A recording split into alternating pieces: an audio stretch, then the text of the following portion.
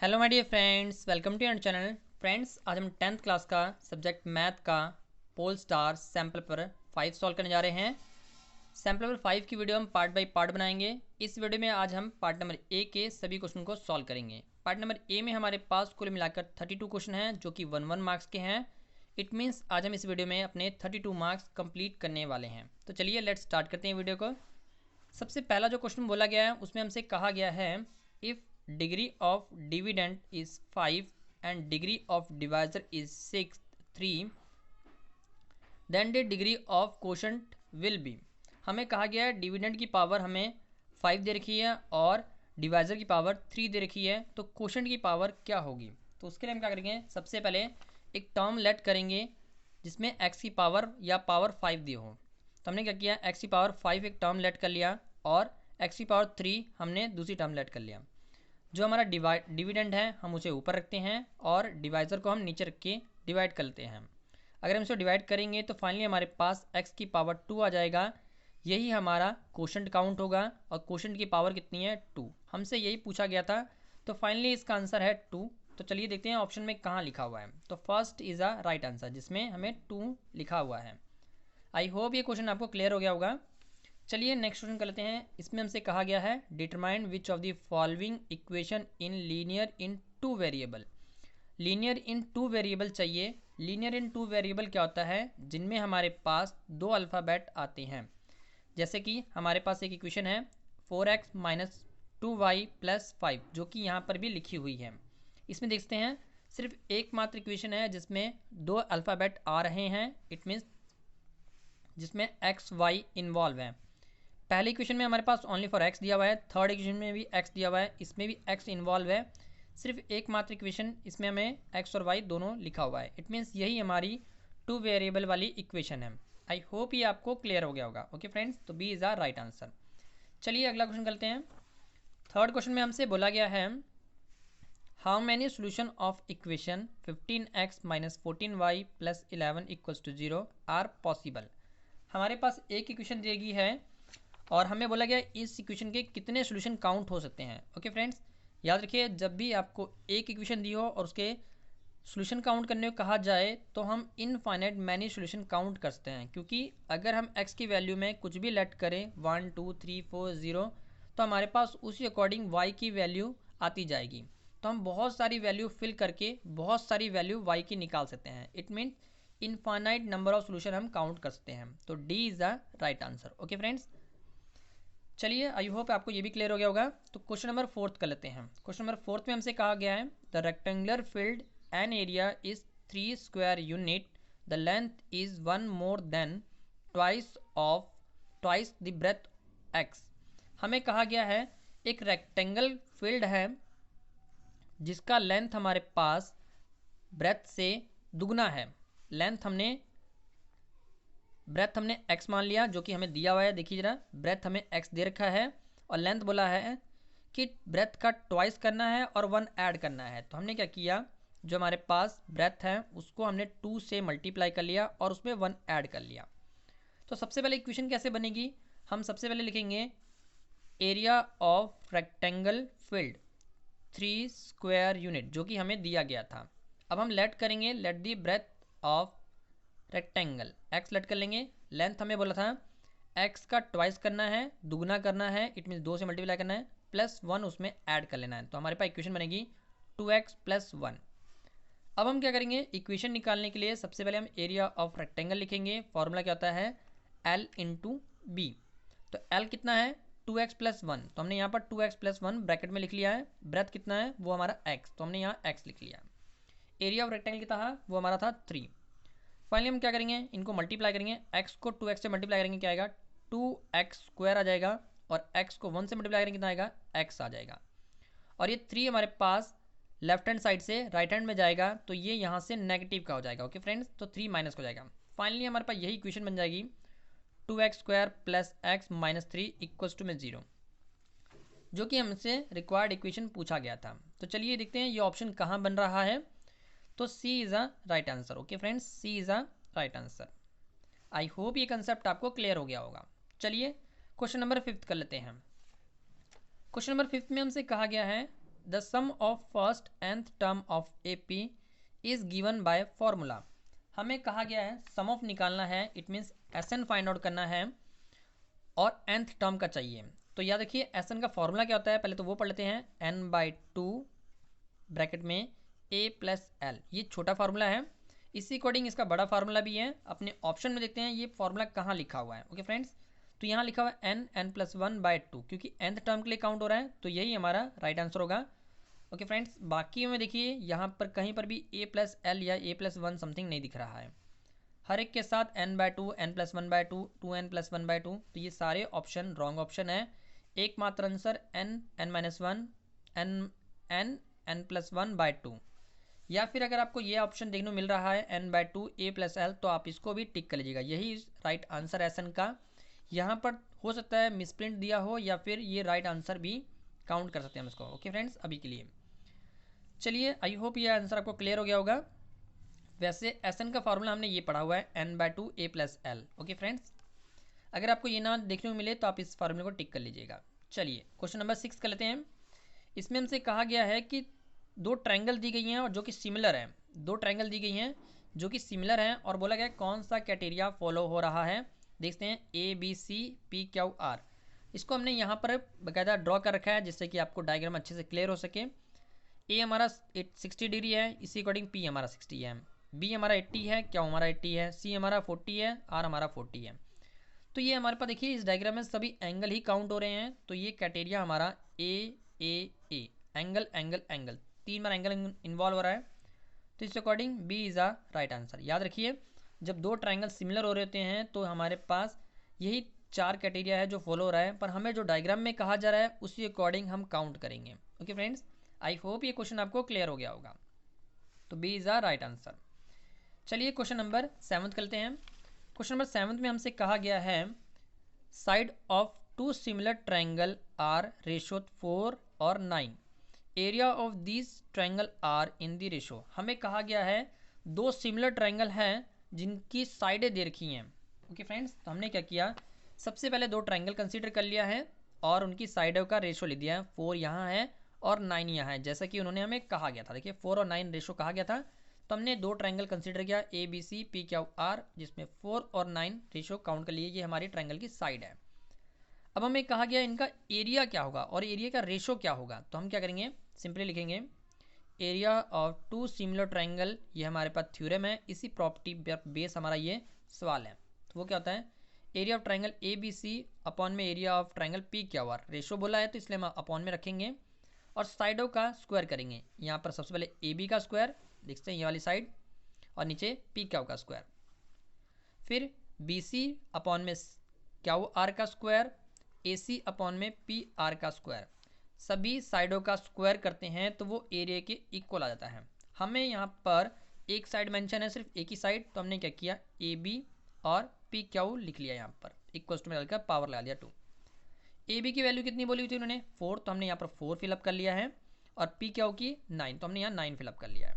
अब फाइनली क्या करेंगे, इनका स्क्वायर खोलेंगे, तो 4 का स्क्वायर कितना होता है 16, 9 का स्क्वायर 81, तो यही हमारी रेशो काउंट हो जाएगी, 16:81 हमारा राइट आंसर है। तो it means D is a right answer. Okay friends, तो टिक कर लीजिएगा इसको, D is a right answer. I hope ये आपको क्लियर हो गया होगा। चलिए क्वेश्चन नंबर 8 कर लेते हैं। क्वेश्चन नंबर 8 में हमसे कहा गया है the distance between the point A 0 और 6 एंड B 0 और -2, दो पॉइंट बोले गए हैं और उनका डिस्टेंस निकालने को कहा गया है। तो एक काम करते हैं, सबसे पहले हम अपनी आंसर शीट पे आएंगे, पॉइंट A और पॉइंट B लिख लेंगे, जिसमें हम x1 y1 x2 y2 लिख लेंगे, जिससे कि हमें फिल करने में दिक्कत नहीं आएगी। याद रखिए डिस्टेंस फार्मूला क्या होता है, distance of AB root under में x2 माइनस x1 का whole square plus y2 minus y1 का होल स्क्वायर। अब देखिए यहाँ पर x2 की वैल्यू कितनी है वो हम यहाँ फिलअप करेंगे। x2 की वैल्यू यहाँ पर 0, हमने 0 लिख लिया।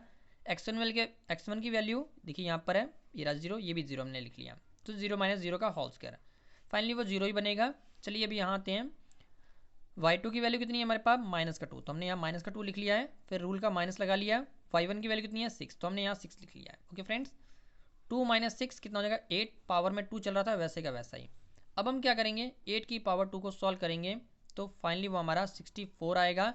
वो भी पॉजिटिव आएगा। 8 की पावर 2 कहने का मतलब -8 मल्टीप्लाई -8, 8 को करेंगे 64, माइनस माइनस प्लस हो जाएगा। अब 64 का जो रूट होता है वो होता है हमारे पास 8। तो फाइनली यही हमारे पास आंसर है, distance of A B 8 unit. तो देखते हैं हमारे आंसर में ये कहाँ लिखा हुआ है, देखते हैं फ्रेंड्स। तो B is a right answer. Okay friends, B is a right answer. I hope ये कंसेप्ट आपको क्लियर हो गया होगा। तो चलिए क्वेश्चन नंबर 9 कर लेते हैं। क्वेश्चन नंबर 9 में हमसे कहा गया है area of triangle 1/2 base into height. देखिए हमारे मुंह से वैसे ही निकल गया, बेस इंटू हाइट। तो चलिए ऑप्शन में देखते हैं कहाँ लिखा हुआ है, परपेंडिकुलर, एल्टीट्यूड, हाइट और नन ऑफ दीज। तो एक काम करते हैं, इसके लिए हम सबसे पहले एक ट्राइंगल ड्रॉ करेंगे, ये ए, ये बी और सी।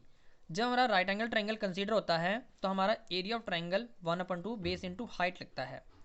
एक बार और क्लियर कर दें, इसमें परपेंडिकुलर या एल्टीट्यूड या हाइट सभी एक ही नेम है यहाँ पर, इसी को काउंट किए जाते हैं। यही हमारा परपेंडिकुलर है, यही हमारा एल्टीट्यूड है, यही हमारी हाइट है। अगर आपको ये तीनों देखने को मिले तो इस अकॉर्डिंग यहाँ वाला जो आंसर है वो गलत लिखा हुआ है, यहाँ पर ऑल अबव लिखना चाहिए था उनको। Okay friends, all above. तो हमारे पास तो ऐसा कुछ लिखा नहीं हुआ है तो हम इसको कट कर देंगे। फाइनली हम हाइट को टिक आंसर करेंगे, height is the right answer. आप इसका एल्टीट्यूड भी लिखते हैं, परपेंडिकुलर लिखते हैं, ऑल ये तीनों आंसर सही हैं। ये वाला आंसर जो दे रखा है इन्होंने ये गलत दे रखा है, आप इसको कट कर लीजिएगा, ऑल अबव आना चाहिए था। चलिए आई होप ये आंसर आपको क्लियर हो गया होगा। चलिए क्वेश्चन नंबर 10 कर लेते हैं। क्वेश्चन नंबर 10 में हमसे क्या कहा हुआ है, if sine 2b equals to 2 sine b is true when b is equals to dash. हमें कहा गया है ये कंडीशन ट्रू हो रही है b के लिए, b हमारा कोई थीटा लेट करना पड़ेगा। चलिए हम 0 लेट करते हैं और फिलअप करते हैं सबसे पहले। तो जहाँ पर b देखने को मिल रहा है आपको, हमने वहाँ पर 0 फिलअप कर लिया है, यहाँ पर भी 0 फिलअप कर लिया है। फाइनली साइन 0 की वैल्यू क्या होती है, वो होती है 0। ओके फ्रेंड्स, साइन 0 डिग्री की वैल्यू होती है 0। तो हम फाइनली हम यहाँ 0 लिख लेंगे और 2 को 0 से मल्टीप्लाई करेंगे, कितना आएगा, 0 आ जाएगा। उसी अकॉर्डिंग यहाँ पर भी 0 भरेंगे, 0 को सबसे पहले 2 से मल्टीप्लाई करेंगे जिससे कि वो 0 बन जाएगा और साइन 0 की वैल्यू 0। तो left hand side right hand side equals to आ जाएगा। तो ये इसी अकॉर्डिंग 0 हमारा राइट आंसर बन जाएगा। चलिए ऑप्शन में देखते हैं कहाँ लिखा हुआ है, D is a right answer. उसी अकॉर्डिंग अब 90, 60, 30 अगर फिल करके देखेंगे तो वो इक्वल्स टू में नहीं आएगा। आई होप ये आंसर आपको क्लियर हो गया होगा। चलिए क्वेश्चन नंबर 11 पढ़ लेते हैं। क्वेश्चन नंबर 11 में हमसे कहा गया है 1 + tan theta plus second theta bracket में 1 + cot theta minus cosecant theta bracket में इक्वल्स में बोला है, इसका सोल्यूशन करके आंसर क्या आएगा। तो देखते हैं हमारे पास जो सोल्यूशन है उसमें हमारे पास आंसर लिखा हुआ है यहाँ पर 0, 1, 2 और -1। ओके फ्रेंड्स, ये हमारे पास ट्रिग्नोमेट्रिक का क्वेश्चन है। जब इसको सॉल्व करेंगे तो फाइनली हमारे पास आंसर 2 आएगा। तो आप सिंपली इसका आंसर 2 लिख लीजिए। काफ़ी लेंथी क्वेश्चन है, इसको हमें सॉल्व करने के लिए मैं अनदर वीडियो बनाऊंगा, उसमें आपको ये क्वेश्चन सॉल्व करके दिखाऊंगा। फिलहाल के लिए आप C is a right answer, C 2 is a right answer. I hope ये आपको क्लियर हो गया होगा। ओके फ्रेंड्स, इसका आंसर 2 है। ओके फ्रेंड्स, अनदर वीडियो में इसको मैं एक्सप्लेन करके बताऊँगा। चलिए क्वेश्चन नंबर 12 कर लेते हैं। क्वेश्चन नंबर 12 में हमसे क्या कहा हुआ है, हमें कहा गया है if the perimeter of circle is equals to the square. हमें कहा गया है सर्कल का जो पेरीमीटर है वो स्क्वायर के पेरीमीटर के इक्वल है, then the ratio of this area. तो इसके एरिया का रेशो क्या होगा। तो उसके लिए हम सबसे पहले क्या आएंगे, अपनी आंसर शीट पे आएंगे और लिखेंगे पेरीमीटर ऑफ सर्कल। पेरीमीटर को ही हम काउंट करते हैं circumference of circle. Okay friends, हमें यहाँ पेरीमीटर बोला था इसलिए हमने पेरीमीटर लिख लिया। Perimeter of circle equals to perimeter of square, दोनों का हमने फॉर्मूला अप्लाई कर लिया। पेरीमीटर ऑफ सर्कल होता है 2πr और पेरीमीटर ऑफ स्क्वायर होता है 4 × साइड। अब हम यहाँ क्या करेंगे, साइड की वैल्यू कंसीडर कर लेंगे, निकालेंगे कैसे, 4 को हम यहाँ पर लेफ्ट हैंड साइड में भेज देंगे जिससे कि ये डिनोमीटर में आ जाएगा 2πr/4। फाइनली यहाँ से कट करेंगे तो नीचे बचेगा 2, ऊपर बचेगा 1। 1 को πr से मल्टीप्लाई करेंगे तो क्या आएगा, πr ही आएगा, अपॉन में 2 बचेगा। ये हमारी साइड हो जाएगी। अब इसी साइड की सहायता से हम इनका एरिया निकालेंगे। कैसे निकालेंगे, तो कुछ इस अकॉर्डिंग लिखेंगे, area of these ratio of these area equals to में एरिया ऑफ सर्कल अपॉन में area of square. Area of circle क्या होता है, वो होता है हमारे पास πr² और एरिया ऑफ स्क्वायर क्या होता है साइड का स्क्वायर। हमारे पास साइड की वैल्यू अभी अभी हम निकाल के हटे थे, तो हम यहाँ पर फिलअप कर लेंगे नीचे में पाई आर अपॉन में 2 का होल स्क्वायर। अब यहाँ से जब नीचे वाले टर्म एक्सपेंड की जाएगी तो कुछ इस अकॉर्डिंग बनेगी। पाई पाई 2 बार बच जाएगा और आर हमारा भी 2 बार बन जाएगा, और 2 का स्क्वायर करेंगे कितना आएगा, 4 आएगा। अब हम फाइनली करते हैं पाई आर का स्क्वायर कट कर लेते हैं, जिससे कि मेरे पास यहाँ पर पाई बचेगा और नीचे में 4 बचेगा। तो यहाँ ले लिया हमने पाई अपॉन में 4। अब हम क्या करेंगे, पाई की वैल्यू फिलअप करेंगे, वो होती है हमारे पास 22/7, और 4 नीचे का नीचे वैसे का वैसा ही है। 22 को मल्टीप्लाई करेंगे 22 आएगा, और 7 को 4 से करेंगे 28 आ जाएगा। इसको हम रेसिप्रोकल सीधा कर लेंगे तो 28 ऊपर आ जाएगा और 22 नीचे आ जाएगा। ओके फ्रेंड्स, क्योंकि ये अपॉन में लिखा हुआ है तो इसको सीधा करना बहुत ज़रूरी है। अब फाइनली हम इसको कट करेंगे तो ये 2 के टेबल से कट हो जाएगा, 14 आएगा, नीचे आएगा 11। तो यही हमारी रेशो काउंट होगी 14:11। तो ये इनके एरिया का रेशो आ गया है। ओके फ्रेंड्स, तो चलिए देखते हैं ये ऑप्शन में कहाँ लिखा हुआ है। देखते हैं, B is a right answer. Okay friends, B is a right answer. I hope ये क्वेश्चन आपको क्लियर हो गया होगा। इसके लिए हमने साइड की हेल्प ली है। ओके फ्रेंड्स, आप इसका स्क्रीनशॉट रख के दोबारा से इस क्वेश्चन को कर सकते हैं। चलिए अगला क्वेश्चन करते हैं। क्वेश्चन नंबर 13 में हमसे कहा गया है, if r is the radius of sphere then the surface area of sphere is. हमें कहा गया है एक स्फेयर बनाया गया है जिसका रेडियस आर है, तो उसका सरफेस एरिया क्या होगा। तो सरफेस एरिया ऑफ स्फेयर क्या होता है, 4 पाई आर का स्क्वायर। यही हमारा आंसर हो जाएगा, क्योंकि आर की वैल्यू हमें आर ही कंसिडर है, तो इस क्वेश्चन में आपको कोई भी चेंजेस देखने को नहीं मिलेंगे। फाइनली 4 पाई आर का square is a right answer. ये कहाँ पर है हमारे पास, A is a right answer, 4 pi r square. I hope ये भी आपको क्लियर हो गया होगा। चलिए क्वेश्चन नंबर 14 कर लेते हैं। बोला गया है total surface area of frustum of the cone equals to dash where l equals to h का square plus R1 minus R2 का होल स्क्वायर। हमें कहा गया area of surface area of frustum, तो फ्रिस्टम कुछ इस अकॉर्डिंग बनता है। टोटल सरफेस एरिया बोला गया है इसका निकालने को। फ्रिस्टम कैसा बनता है, ये हमारा बाल्टी या गिलास की जैसा होता है, जिसका ऊपर का सरफेस ज़्यादा ओपन होता है और नीचे का सरफेस थोड़ा कम ओपन होता है। ओके फ्रेंड्स, तो टोटल सरफेस एरिया ऑफ फ्रिस्टम क्या है, पाई एल ब्रैकेट में R1 plus R2 plus R1 का होल स्क्वायर प्लस R2 का होल स्क्वायर, पाई R2 का स्क्वायर। ओके फ्रेंड्स, ये R1 का जो स्क्वायर है पाई आर का स्क्वायर, वो हमारा ऊपर के लिए लगा है, और ये हमारा नीचे के लिए अप्लाई किया गया है, और साइडों के लिए हमने ये टोटल अप्लाई कर लिया है। तो कुल मिला के ये हमारा total surface area of frustum count होगा, जो कि हमारा C is the right answer है। ओके फ्रेंड्स, आई होप ये क्वेश्चन आपको क्लियर हो गया होगा। तो चलिए क्वेश्चन नंबर 15 की तरफ बढ़ते हैं। क्वेश्चन नंबर 15 में कहा गया है the step deviation method will be applied to distances have a dash factor. हमें कहा गया है स्टेप डेविएशन मेथड कहाँ अप्लाई किया जाता है। तो स्टेप डेविएशन मेथड अप्लाई करने के लिए कंडीशन है, वो है ये, difference between class interval will be same. हमारे पास क्लास इंटरवल सेम होनी चाहिए, क्लास इंटरवल का डिफरेंस सेम होना चाहिए। इट मीन्स हाइट सेम होनी चाहिए। जैसे कि यहाँ पर देखिए क्लास इंटरवल ये लिखी हुई है 100 से लेकर 110, 100 से लेकर 120, 120 से लेकर 130। तो इनके बीच का गैप कितना है, 10-10 आ रहा है। इट मीन्स हाइट सेम है, हाइट इनकी दोनों में तीनों में कॉमन है। तो आंसर भी हम अपना लिखेंगे कॉमन हाइट होनी चाहिए, तभी हमारा स्टेप डेविएशन मेथड अप्लाई होगा। It means B is a right answer. Okay friends, तो चलिए क्वेश्चन नंबर 16 कर लेते हैं। क्वेश्चन नंबर 16 में हमसे कहा गया है find the probability on not getting 5 at any turn when rolling of 2 dice. हमें कहा गया है कि हमें 2 डाइस को रोल किया जा रहा है। 2 डाइस कैसे रोल होती है, चलिए आइए इसको डिस्कस करते हैं। 2 डाइस रोल करने का मतलब 2 लूडो की गीटी को एक साथ फेंका जा रहा है। जब हम 2 लूडो की गीटी को एक साथ फेंकेंगे तो हमारे पास पहली वाली लूडो की गीटी पे 1 हंसता है, दूसरे पे भी 1 हंसता है। ये एक साथ दोनों को फेंका जा रहा है। इसी अकॉर्डिंग 1 के साथ 2 आ सकता है, 1 के साथ 3 आ सकता है, 1 के साथ 4 आ सकता है, 1 के साथ 5 आ सकता है, 1 के साथ 6 आ सकता है। ये ज़रूरी नहीं है कि हर बार 1-1 ही आए, 2 भी आ सकता है, 3 भी आ सकता है, 4 भी आ सकता है, 5 भी आ सकता है, 6 भी आ सकता है। ऐसे हमारे पास कुल मिलाकर 36 टर्म ऐसी बनेगी जो लूडो की गीटी में पॉसिबल प्रोबेबिलिटी होती है। ओके फ्रेंड्स, तो ये हमारे पास देख सकते हैं इन टर्म में के अकॉर्डिंग ही हमारे पास जब लूडो की गीटी फेंकेंगे तो यहाँ से लेकर यहाँ तक के नंबर ही आ सकते हैं। ऐसा तो नहीं है कि लूडो की गिटी हम फेंकेंगे तो हमारे पास 7 आ जाएगा, क्योंकि लूडो की गिटी में 1 से लेकर 6 तक ही काउंटिंग होती है, तो 1 से लेकर 6 तक ही प्रोबेबिलिटी बनती है। चलिए, हमें क्वेश्चन क्या कहा हुआ था, तो क्वेश्चन में हमसे कहा गया है कि नॉट गेटिंग 5 नहीं चाहिए हमें। तो हम क्या करते हैं, 5 कहाँ पर है वो देखते हैं पहले। ये देखिए 5 हमारे पास इस लाइन में आ रहा है और 5 इस लाइन में भी आ रहा है। बस ये 2 लाइनें हैं जिनमें हमें 5 देखने को मिल रहा है, ये हमें नहीं चाहिए, बाकी चीज़ हमारे यूजुअल की हमारे काम की है। तो चलिए हम काउंट करते हैं ये कितनी है।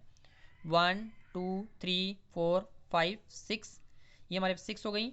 ऊपर 7 8 9 10, इसको हम काउंट नहीं करेंगे क्योंकि एक बार काउंट कर चुके हैं। और ये 11, तो कुल मिला के ये 11 टर्म है जिनमें 5 आ रहा है। टोटल हमारे पास 36, 11 माइनस कर देंगे जिससे कि हमारे पास 25 टर्म ऐसी बनेगी जिनमें 5 नहीं आएगा। तो हम यहाँ लिखेंगे नॉट गेटिंग 5, 25 टर्म है हमारे पास।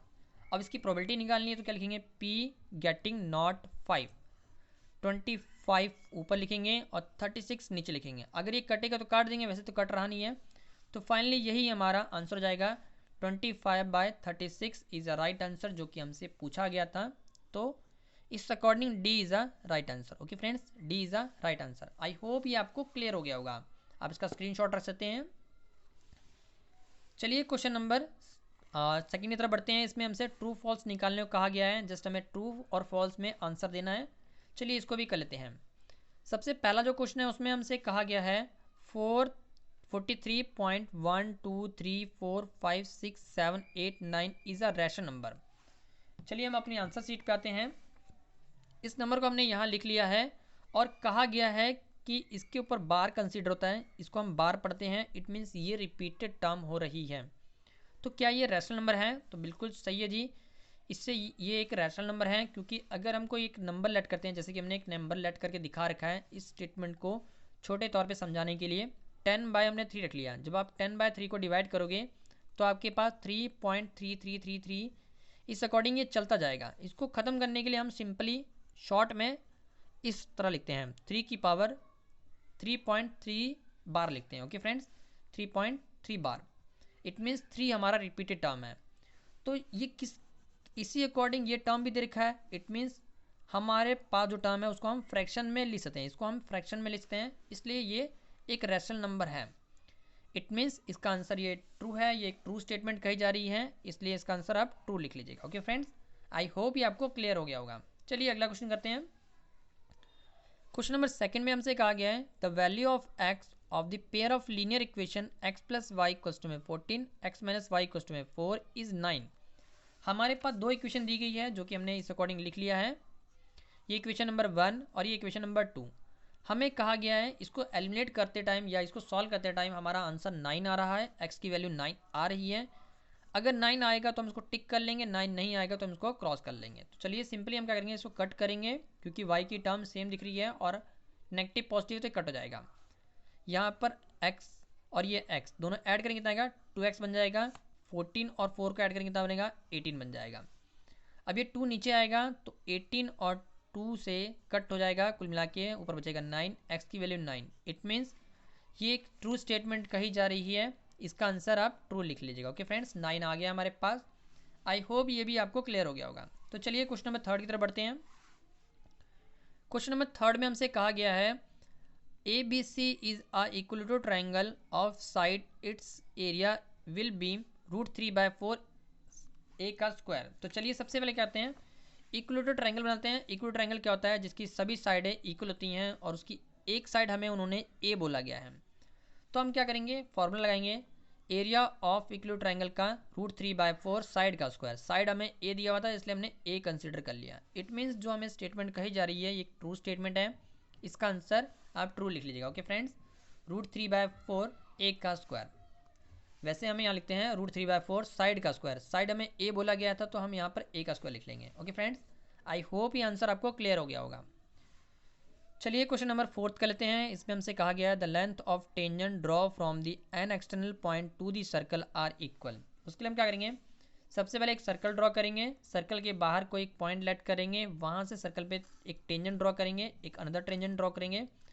जब हम सर्कल के बाहर किसी पॉइंट से सर्कल पर टेंजेंट ड्रॉ करेंगे तो कुल मिला के हम 2 ही टेंजेंट ड्रॉ कर पाएंगे और दोनों की लेंथ बराबर होगी। यहाँ से लेकर ए से लेकर पी और बी से लेकर पी दोनों की लेंथ बराबर होगी। इट मीन्स ये एक ट्रू स्टेटमेंट कही जा रही है। इसका आंसर आप ट्रू लिख लीजिएगा। ओके फ्रेंड्स, आई होप ये आपको क्लियर हो गया होगा। चलिए क्वेश्चन नंबर 5 करते हैं। इसमें हमसे कहा गया है द डिस्टेंस ऑफ पॉइंट 2 और 4 फ्रॉम एक्स एक्सिस इज 4। तो चलिए सबसे पहले हम डायग्राम पे आएंगे और इस पॉइंट को अपने डायग्राम पे इस अकॉर्डिंग शो करेंगे। ये हमारा एक्स एक्सिस, ये हमारा वाई एक्सिस, इधर नेगेटिव होता है एक्स और नीचे में वाई नेगेटिव होता है।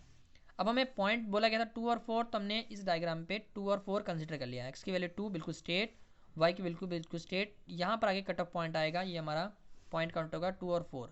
और बोला गया जो ये पॉइंट है इसका एक्स एक्सिस से डिस्टेंस हमारा 4 है, तो बिल्कुल जी यहाँ से लेकर यहाँ तक का डिस्टेंस 4 है। तो कुल मिला के ये स्टेटमेंट ट्रू स्टेटमेंट कही जा रही है। इसका भी आंसर आप ट्रू लिख लीजिएगा। ओके फ्रेंड, चलिए क्वेश्चन नंबर 6 करते हैं। इसमें हमसे कहा गया है 10 90 माइनस ए इक्वल्स टू में कॉट ए। ओके फ्रेंड्स, तो सबसे पहले हम एक काम करते हैं। हमारे पास एक फॉर्मूला है 10 90 minus theta, 10 90 minus theta cot theta. Okay friends, ये हमारा फॉर्मूला है 10 90 minus theta cot theta sine 90 minus theta cos theta. Okay friends, इसी अकॉर्डिंग हमें कहा गया है 10 90 माइनस ए, तो हम उसको क्या लिखेंगे कॉट ए लिखेंगे। जैसे कि यहाँ थीटा लिखा हुआ है उसी अकॉर्डिंग हम यहाँ पर ए कंसिडर कर लेंगे। इट मीन्स ये स्टेटमेंट ट्रू स्टेटमेंट कही जा रही है, तो इसका आंसर आप ट्रू लिख लीजिएगा। ओके फ्रेंड्स, चलिए क्वेश्चन नंबर 7 करते हैं। इसमें हमसे कहा गया है volume of frustum of a cone is 1/3 pi h R1 का स्क्वायर प्लस R2 का square plus R1 into R2। तो सबसे पहले क्लियर करते हैं फ्रिस्टम कैसे बनता है। फ्रिस्टम हमारा गिलास की शेप या बाल्टी की शेप का होता है, उसका वॉल्यूम ऑफ फ्रिस्टम होता है 1/3 पाई एच R1 का स्क्वायर R2 का square plus R1 into R2। It means ये एक ट्रू स्टेटमेंट कही जा रही है। इसका फॉर्मूला बिल्कुल सही दिया गया है। इट मीन्स आप इसका आंसर ट्रू लिख लीजिएगा। ओके फ्रेंड्स, चलिए क्वेश्चन नंबर 8 करते हैं। इसमें हमसे कहा गया है 1 card is drawn from well सफल डेक ऑफ 52 कार्ड। हमें कार्ड का एक गट्ठर दे रखा है, कार्ड का एक बंडल दे रखा है जिसमें 52 कार्ड्स हैं और बोला गया है the probability of getting a king of red. King of red निकालना है हमें। तो आपको सबसे पहले क्लियर होना चाहिए कि किंग ऑफ रेड कितने होते हैं। तो यहाँ पर हम लिखेंगे टोटल नंबर ऑफ कार्ड कितने होते हैं हमारे पास 52, नंबर ऑफ किंग कितने होते हैं वो होते हैं 2। किसके, रेड कलर के 2 किंग कार्ड होते हैं। ओके फ्रेंड्स, रेड कलर के कितने किंग होते हैं 2 होते हैं। तो प्रोबेबिलिटी क्या निकलेगी, probability getting king of red या फिर प्रोबेबिलिटी गेटिंग रेड किंग। तो 2 ऊपर लिखेंगे और 52 नीचे लिखकर हम इसको कट करेंगे। फाइनली कट करेंगे, ऊपर 1 आएगा नीचे 26। तो 1/26 इज़ अ राइट आंसर। हमें इन्होंने यही कहा गया है कि क्या इसका आंसर 1/26 आएगा। तो बिल्कुल सही है जी, ये एक ट्रू स्टेटमेंट कही जा रही है। इसका आंसर आप ट्रू लिख लीजिएगा। ओके फ्रेंड्स, चलिए फिलअप्स करना स्टार्ट करते हैं। इसमें हमसे कहा गया है if alpha plus beta are 0 of ax square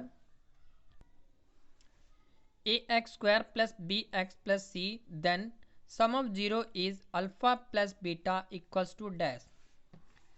तो चलिए हम अपनी आंसर शीट पे आते हैं। तो आपको क्लियर करें, सम ऑफ 0 क्या होता है हमारे पास -b/a, और सम ऑफ 0 को हम क्या लिखते हैं alpha plus beta equals to -b/a। Okay friends, तो यही हमारा आंसर होगा। यहाँ पर आप लिख लीजिएगा -b/ में a। आई होप ये आपको क्लियर हो गया होगा। सम ऑफ 0 होता है मेरा a minus b, a upon minus b/a। Okay friends, sum of 0 -b/a। चलिए नेक्स्ट क्वेश्चन करते हैं। बोला गया if 2 line are consistent then the pair of linear equation has dash solution. हमें कहा गया है कोई हमारे पास लाइन है जो कंसिस्टेंट लाइन है। कंसिस्टेंट लाइन कुछ ऐसे बनती है, एक ही लाइन के ऊपर 2 लाइन कंसिडर होती है, तो उसको हम कंसिस्टेंट लाइन कहते हैं। पैरेलल लाइन जो दोनों लाइन बराबर चल रही हों, ऐसे या ऐसे। इंटरसेक्ट लाइन जो कट ऑफ होती हैं, और कंसिस्टेंट लाइन क्या होती है जो एक दूसरे के ऊपर ही चलती, चाहे इस डायरेक्शन में चाहे ऐसे डायरेक्शन में, कैसे भी डायरेक्शन में चले, एक लाइन के ऊपर अनदर लाइन है तो उसको हम कंसिस्टेंट लाइन बोलते हैं। और बोला गया यहाँ पर तो इसके कितने सोल्यूशन निकलते हैं। तो याद रखिए कंसिस्टेंट लाइन के इनफाइनाइट मैनी सोल्यूशन काउंट किए जा सकते हैं। ओके फ्रेंड्स, तो आप यहाँ लिख लीजिएगा infinite many solution. Okay friends, infinite many solution लिख लीजिएगा। आई होप ये आपको तीनों चीज़ें क्लियर हो गई होंगी। चलिए नेक्स्ट क्वेश्चन करते हैं। क्वेश्चन नंबर 3 में हमसे कहा गया है the quadratic equation whose one rational root is 3 plus root 2 is. तो हमें कहा गया है एक रूट दिया गया है जिसको हमने अल्फ़ा मान लिया है 3 प्लस रूट 2, और ये कहा गया था वन रैशनल रूट है। तो अनदर क्या होगा, अनदर रैशनल रूट हमारा नेगेटिव बनेगा 3 माइनस रूट 2, क्योंकि रूट 2 की वैल्यू जब भी सॉल्व होती है रूट में तो वो प्लस माइनस लेके सॉल्व होती है। तो इसीलिए हमने क्या किया, रूट 2 को एक बार प्लस में लिख लिया, एक बार रूट 2 को माइनस में लिख लिया। ओके फ्रेंड्स, फिर हमने क्या किया, जो अल्फ़ा था उसी को एक्स से कंसीडर कर लिया है क्योंकि हमें इक्वेशन एक्स में चाहिए। उसी अकॉर्डिंग बीटा को भी हमने एक्स में कंसीडर कर लिया है और अपने रूट को वैसे का वैसा ही लिख लिया है। अब हम क्या करेंगे, इसको लेफ्ट हैंड साइड में ले जाएंगे जिससे कि माइनस का हो जाएगा, 3 माइनस हो जाएगा और माइनस रूट 2 भी माइनस का हो जाएगा और इक्वल्स में 0 बचेगा। इसी अकॉर्डिंग आप इसको लेके जाएंगे तो 3 इधर आएगा तो नेगेटिव हो जाएगा और रूट 2 जो है माइनस का इधर आएगा तो पॉजिटिव हो जाएगा। इक्वल्स टू में हमारे पास 0 बचेगा। अब हम क्या करेंगे, इन टर्मों को आपस में मल्टीप्लाई करेंगे। तो मल्टीप्लाई करने के लिए हम कुछ इस अकॉर्डिंग लिख लेंगे और इक्वल्स टू में 0 लिख लेंगे। अब हम क्या करेंगे, इनको सिंपली मल्टीप्लाई करेंगे। कैसे मल्टीप्लाई करेंगे, 1 2 और ये 3, एक्स को एक्स से मल्टीप्लाई किया एक्स का स्क्वायर, एक्स को 3 से मल्टीप्लाई किया -3x क्योंकि माइनस लगा हुआ था, एक्स को रूट 2 से मल्टीप्लाई किया तो रूट 2 के साथ एक्स। फिर हम 3 को मल्टीप्लाई करेंगे, 3 को x से मल्टीप्लाई करेंगे माइनस का 3x, -3 को 3 से मल्टीप्लाई करेंगे 9 आ जाएगा पॉजिटिव का, क्योंकि यहाँ पर भी माइनस है और यहाँ पर भी माइनस है तो ये पॉजिटिव बन जाएगा। अब ये रूट 2 और रूट 2 के साथ मल्टीप्लाई होगा तो क्या बन जाएगा, सॉरी 3 को रूट 3 से मल्टीप्लाई करेंगे तो 3 रूट 2 बन जाएगा नेगेटिव का। फिर उसके बाद लास्ट वाले टर्म को मल्टीप्लाई करेंगे, रूट 2 को x से करेंगे तो क्या आएगा, रूट 2x आ जाएगा माइनस का। रूट 2 को 3 से मल्टीप्लाई करेंगे तो 3 रूट 2, देखिए यहाँ पर भी नेगेटिव है और यहाँ नेगेटिव है तो दोनों नेगेटिव नेगेटिव पॉजिटिव हो जाएगा। रूट 2 को रूट 2 से मल्टीप्लाई करेंगे कितना आएगा, 2 आ जाएगा, वो भी नेगेटिव है क्योंकि एक ही बार नेगेटिव है हमारे पास तो नेगेटिव 2 आ जाएगा। अब हम क्या करेंगे, सिंपली इसको कट करेंगे। देखिए ये पॉजिटिव है, ये सॉरी नेगेटिव है, ये पॉजिटिव है, कट जाएगा। यहाँ से ये पॉजिटिव है और ये नेगेटिव है, कट जाएगा। बाकी जो रिमेनिंग बचेगा वही हमारी इक्वेशन बनाने में हेल्प करेगा। यहाँ से एक्स स्क्वायर बच जाएगा, यहाँ पर ये 3 और ये 3 ऐड होके 6 बन जाएंगे क्योंकि दोनों माइनस के हैं इसलिए माइनस लग जाएगा। फिर यहाँ पर 9 और 7 सॉल्व करेंगे, 9 और 2 सॉल्व करेंगे कितना आएगा, 7 पॉजिटिव आएगा। फाइनली यही हमारी रिक्वायर्ड इक्वेशन है जो कि हमसे पूछी गई है। इसका जो रूट है वो कुछ इस अकॉर्डिंग, इस इक्वेशन का ये रूट निकल जाएगा। दोनों आप इसको रिवर्स प्रोसेस करोगे तो आप वहाँ तक पहुँच जाओगे। Okay friends, it means answer क्या है हमारा, एक्स का square plus minus 6x plus 7 equals to में 0। ओके फ्रेंड्स, एक्स का square minus 6x plus 7 equals to में 0। ओके फ्रेंड्स, आई होप ये क्वेश्चन आपको क्लियर हो गया होगा। आप इसका स्क्रीनशॉट रख लीजिए और उसके बाद दोबारा रिवाइंड करने की कोशिश कीजिए। तो चलिए क्वेश्चन नंबर 4 कर लेते हैं। इसमें हमसे कहा गया है the sum of first 5 multiple of 3। हमें सम ऑफ निकालना है फर्स्ट 5 मल्टीपल ऑफ 3 के। तो 3 के मल्टीपल क्या बनेगा, 3 बनेगा, 6 बनेगा, 9 बनेगा, 12 बनेगा, 15 बनेगा। फाइनली हम इनको ऐड कर देंगे तो कितना आएगा, 45। ओके फ्रेंड्स, इसी अकॉर्डिंग ये सिंपली ऐड कर लिया क्योंकि टर्म हमारे पास छोटी थी। अगर आपके पास कोई लेंथी टर्म आए तो फॉर्मूला आप ये अप्लाई कर लीजिएगा, एस एन इक्वल्स टू में n/2 a plus L. Okay friends, ये फार्मूला अप्लाई कर लीजिएगा, इससे भी आपका आंसर निकल जाएगा। आप इस क्वेश्चन में भी ये फार्मूला अप्लाई करके निकाल सकते हैं। चलिए क्वेश्चन नंबर 5 कर लेते हैं। इसमें हमसे कहा गया है cos 90 minus A equals to dash. तो हमारे पास ये फार्मूला है cos 90 minus theta sine theta. तो थीटा की जगह पे हम ए लिखे हैं तो इसलिए हम यहाँ पर भी ए लिख देंगे। ओके फ्रेंड्स, तो सिंपली आंसर क्या आएगा, साइन ए आ जाएगा। ओके फ्रेंड्स, आई होप ये आपको आंसर क्लियर हो गया होगा। Sine A is a right answer. चलिए नेक्स्ट क्वेश्चन करते हैं। नेक्स्ट क्वेश्चन हमारे अगले पेज पे दिए गए हैं तो हम उसको टर्न करते हैं। तो नेक्स्ट क्वेश्चन हमारा 6वां है। उसमें हमसे कहा गया है area of segment of a circle, area of segment of a circle equals to area of corresponding sector equals to dash. हमें कहा गया है एक सर्कल बनाया गया है और उसमें देखिए ये हमारा एरिया ऑफ सेक्टर काउंट होता है इतना, और सेगमेंट के लिए जो ये नीचे वाला पोर्शन बचा ट्रायंगल के नीचे वाला पोर्शन ये हमारा एरिया ऑफ सेगमेंट कहलाता है। इसको कई नेम से जाना जाता है, चलिए आइए पढ़ते हैं कितने नेम से काउंट किया था इसको। एरिया ऑफ कोरोस्पोंडिंग सेक्टर भी कहते हैं इसको, एरिया ऑफ कोरोस्पोंडिंग ट्रायंगल भी कहते हैं।